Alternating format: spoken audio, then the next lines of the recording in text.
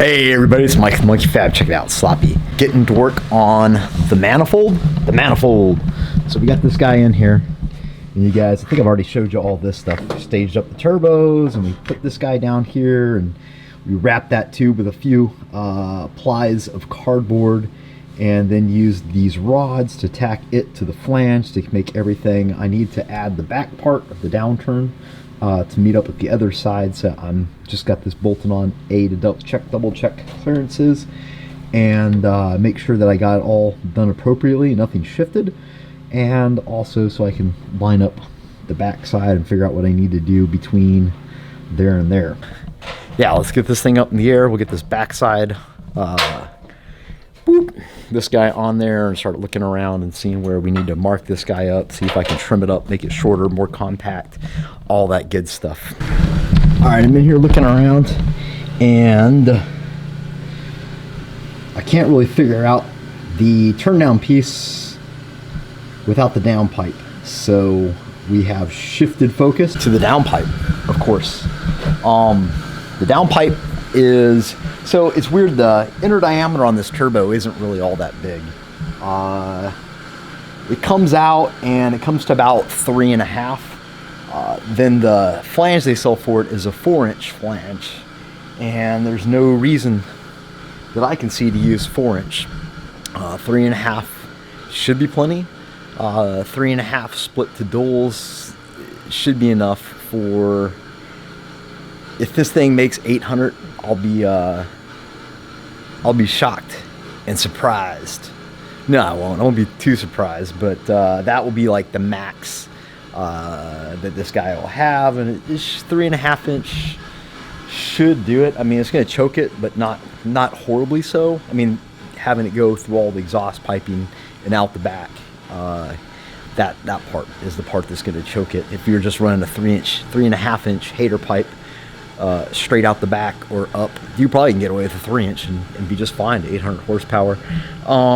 So anyway, yeah, that's what I'm doing, is we're just knocking it down to 3.5 inch at the V-band flange, which I got from Vrin. I got the turbo from Vrin. You guys know that. It's the new 78, 75 with a big 1.24 AR.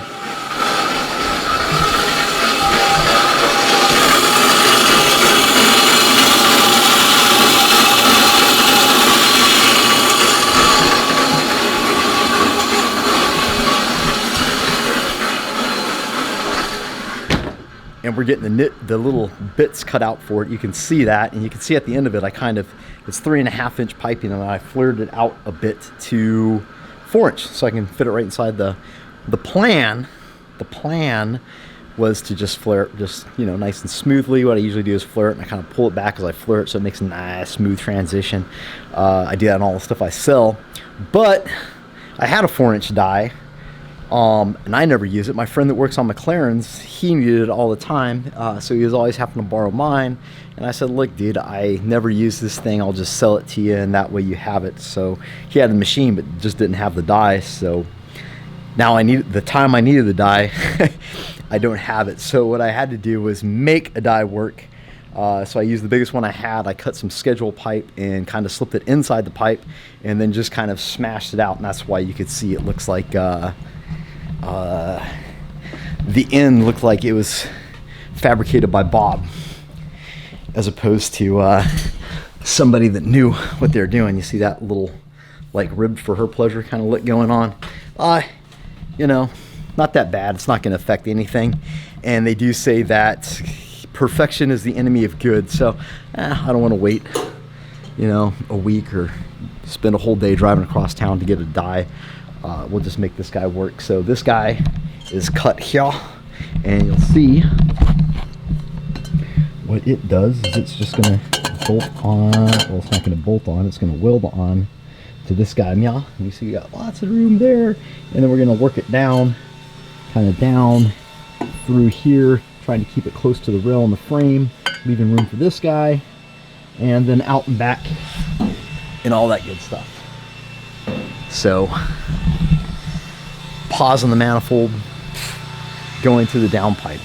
I really don't know what you guys want to see on this stuff. I kind of feel like just I'm kind of over the time lapses. I try to pay attention to what I do and don't like when I'm watching YouTube videos, and I usually find myself, once the time lapse kind of hits, I just kind of fast forward and try to guess where they're talking at, and that seems to be more entertaining. But if you guys like the time lapse, or if there's certain things you want to see, then you should probably pipe up and say like, hey Mike, do this, and record it so we can copy it or understand it better or whatever. But in the meantime, I'm just going to assume that you guys already know how to do everything I do, and we'll just forge forward and shoot the little videos when it's time, when progress has been made. So we got a lot of guessing, eyeballing, marking things with pens, tack welding to do, and that's what we're going to do.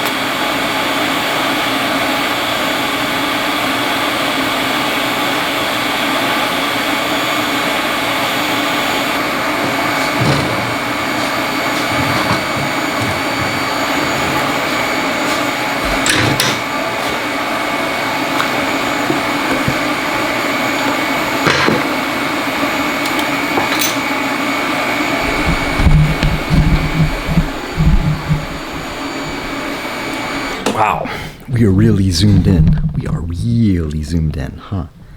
Let's zoom out. Oh, wrong way, Mike. I was doing it backwards, so let me click on the screen, see if it'll give me my menu. So that was 11 minutes, so it's taken basically 10 minutes, because I probably talked for a minute, right? Yeah, so that's 10 minutes just for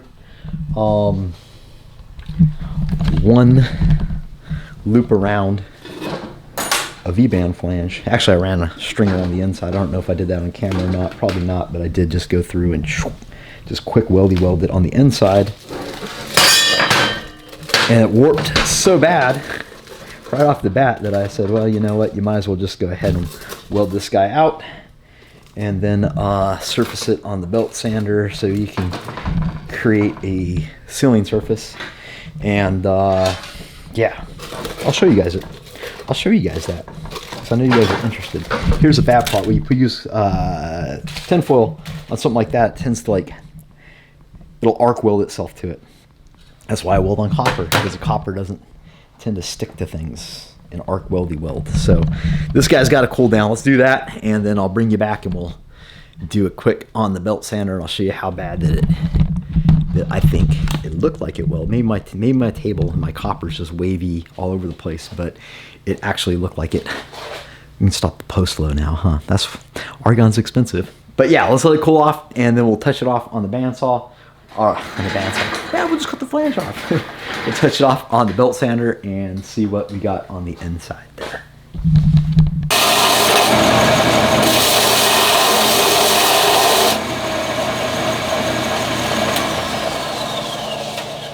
This is just to see, okay, so what you see is it went pretty deep right here, right? And then you kind of go outside, and then kind of flat again, and then kind of on the inside. And yeah, it's kind of typical for flanges. It's just why it's good to, if you can touch them up when you're done on some kind of surfacing machine. So let's go over there and we'll get this guy finished up, and then I'll touch it off with my the little belt sander. There's a video on this guy of how to build this little Harbor Freight cheapy boy and make it work good, and it has a woven cloth on it, so it'll smooth out all the deep grooves and stuff from our big 36 grit belt sander. Just a quick note though, I don't want to dog on V-bands too much, because where it did have, there is, I mean, although it's a little bit warped on the flange, there is obviously a flat ring all the way around this guy. So if you put it on another flat surface, then in theory, things should seal up. So I'm just, you know, we're doing this because why not have the whole surface seal up, right? Yeah, so now you'll see that we're all scratchy scratch, nice flat surface, and then the woven guy made it nice and smooth, and that will make a nice little sealing surface for us. So yeah, let's get this guy on the car, figure out our next move. All right, we're back in the car, and we got the downpipe on there, and pretty happy with this, although we need to obviously go down and out. So one thing that I will tell you to do to make your life much easier is mark. You gotta mark this boy, because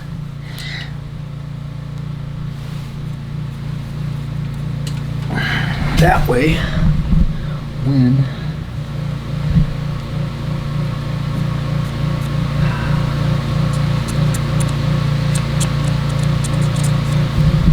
so just put a mark on that guy. You guys see that, obviously?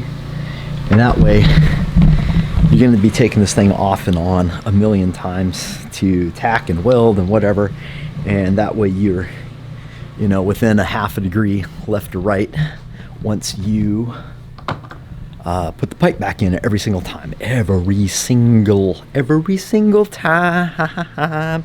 Now I got these sweet Chinesium. Look at that. You see that? How shiny that is?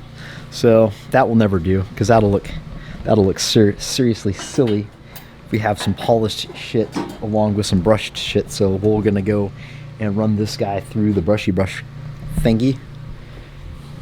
This is one of my most, this is the one tool, yeah.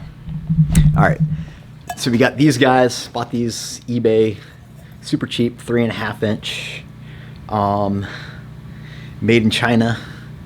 I'm going to assume that that little stamp right there isn't Korean.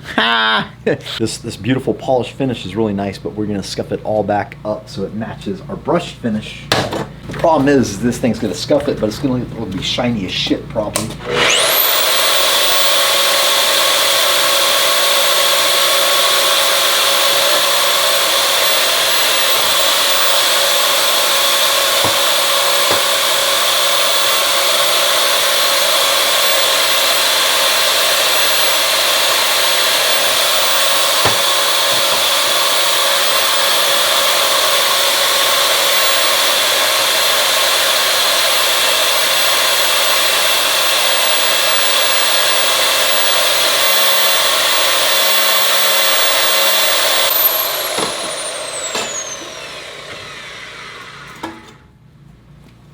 We're still shiny as shit, but it's not as bad. It's not reflective. It's more of a matte finish. Yeah, so now we need to figure out what we got to do. The stuff, we're just going to eyeball it and say, yeah, right about there. That's how we do it. And then if it doesn't work, we're going to cut more off. Always cut it too long. It's easier to take stuff off than it is to put it back on, is the general idea of the situation.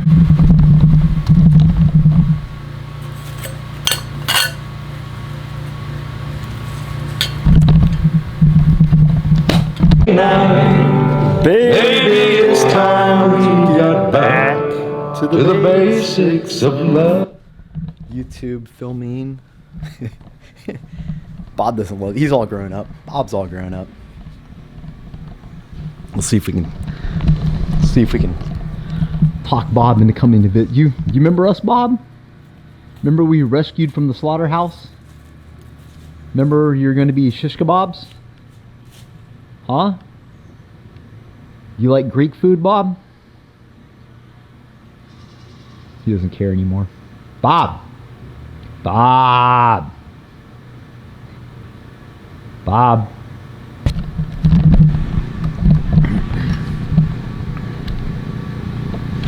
Let's try sitting down. See if that gets his interest. Oh, hey, Omen. What's going on, man? Hi, Bob. It's a nice dress you got on there. Is it dress season?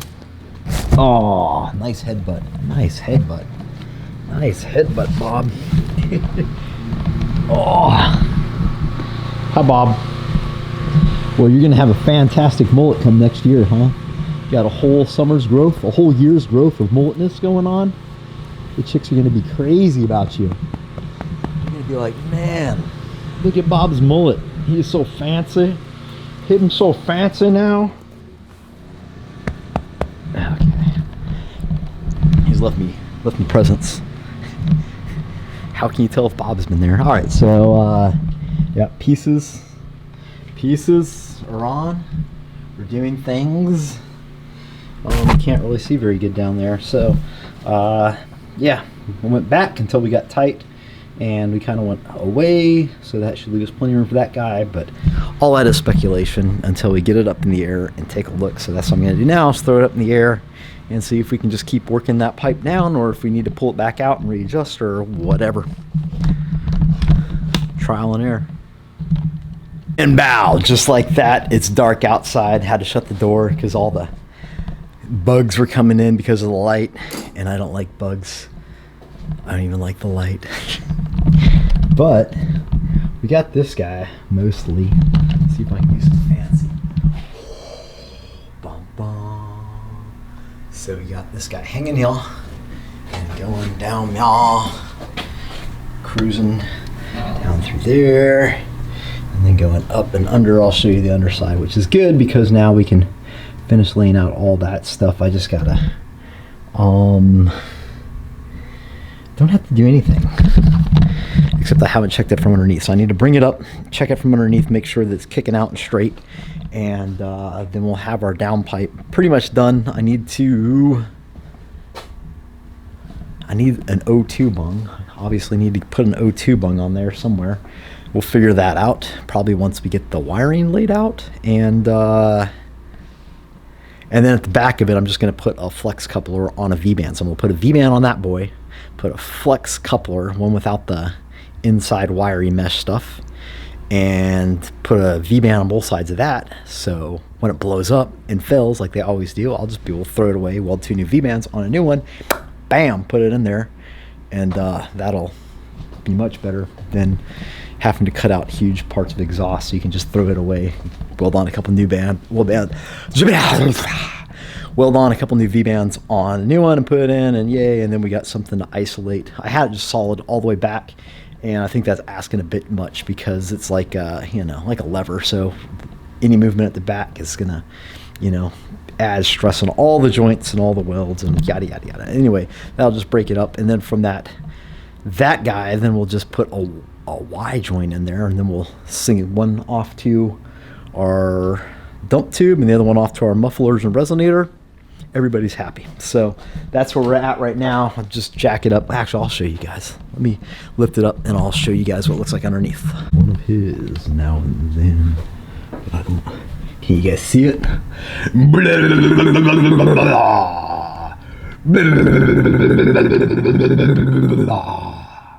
I don't know why I'm doing that. Yeah, so it comes down right now, and it is, I think it's a hair, I can't tell. Maybe it's a hair lower than the frame rail, maybe not. Yeah, just a little bit. It's a little bit lower than the pan and stuff. It's not that big of a deal. I wanted to make sure I had room for the flex joint here. You guys understand that this thing's kind of balloon up, and yeah, it is not terribly lower than the frame rail, and the rest of the stuff will all be tucked up, so it's just that one little spot, no big deal. And we will weld the V-band on there. It turned out it's in the perfect spot, and then we'll put some wow, really hard to shoot this. So, yep, got clearance underneath there, clearance over there. Sorry, it's just hard to shoot this. So, yeah, V-man on the end, and that thing will be wrapped up. So that's good. It only took a whole day to tack up a downpipe, but whatever.